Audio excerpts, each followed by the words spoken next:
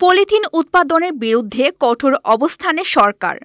Task force অভিযানে polythene জব্দ, মালিকের ৩ মাসের কারাদণ্ড।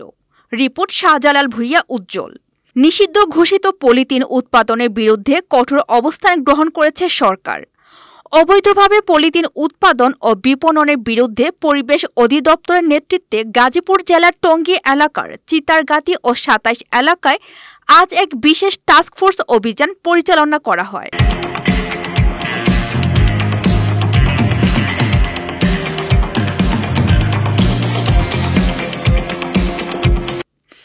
এক্সিকিউটিভ ম্যাজিস্ট্রেট মোহাম্মদ সাইদুজ্জামান হিমু ও ইশতিয়াক আহমেদ অভিযানে নেতৃত্ব দেন। আইনশৃঙ্খলা রক্ষায় অভিযানে সেনাবাহিনী, পুলিশ, বিজিবি, আনসার ও পরিবেশ অধিদপ্তরের কর্মকর্তারা অংশগ্রহণ করেন। অভিযানকালে মোট ৭টি কারখানায় একযোগে অভিযান পরিচালনা করা হয়।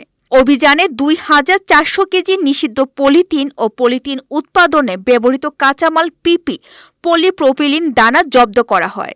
এইসব পণ্য পরবর্তীতে পরিবেশ অধিদপ্তরের উপপরিচালকের জিম্মায় হস্তান্তর করা হয়েছে। জব্দকৃত কারখানাগুলোর মধ্যে অন্যতম রাফি এন্টারপ্রাইজ এর মালিক নজরুল ইসলামকে মোবাইল কোর্টের মাধ্যমে ৩ মাসের বিনাশ্রম কারাদণ্ড প্রদান করা হয়। অভিযানে ভাই ভাই পলি প্যাকেজিং, মায়ের দোয়া প্যাকেজিং, নাটেক্স থ্রেড অ্যান্ড ট্রিম এবং জুনায়েদ প্যাকেজিং সহ আরও 2টি কারখানায় তল্লাশি চালানো হয়।